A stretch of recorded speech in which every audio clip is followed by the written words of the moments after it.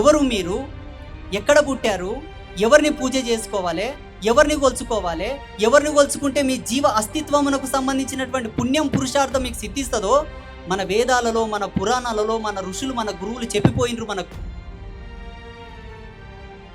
అటువంటి సాంప్రదాయాలను మనం పాటించుకొని మన జీవ అస్తిత్వాన్ని మనం పెంచుకోవాలి, మన ధర్మం మనం పెంచుకోవాలి. మనదైన దాన్ని 10 మంది తీసుకునేట్లాగా చేయలే. కానీ మనకేం లేనట్లు, మనకు ధర్మమే లేనట్లు, మనకు శాస్త్రం లేనట్లు, మనకు దేవుళ్ళే లేనట్లు, మాకు గురువులు లేనట్లు, మనకు ఆధ్యాత్మికంగా మార్గనిర్దేశకం చేయడానికి ఎవరు లేనట్లా కొత్త కొత్త దేవుళ్ళని కొలుచుకునుకో మొదలుపెట్టిండ్రు. పోనీ ఇక్కడ కూర్చున్న వాళ్ళందరూ ఎవరైనా వచ్చి చెప్పండి చూస్తా. మీరు పోయి ఆ దేవుళ్ళకు పూజలు చేస్తారు, ఒక చర్చికి పోయి ప్రార్థన చేస్తారు, ఒక మసీదుకు, ఒక దర్గా కాడికి పోయి ప్రార్థన చేస్తారు, బాగుంది.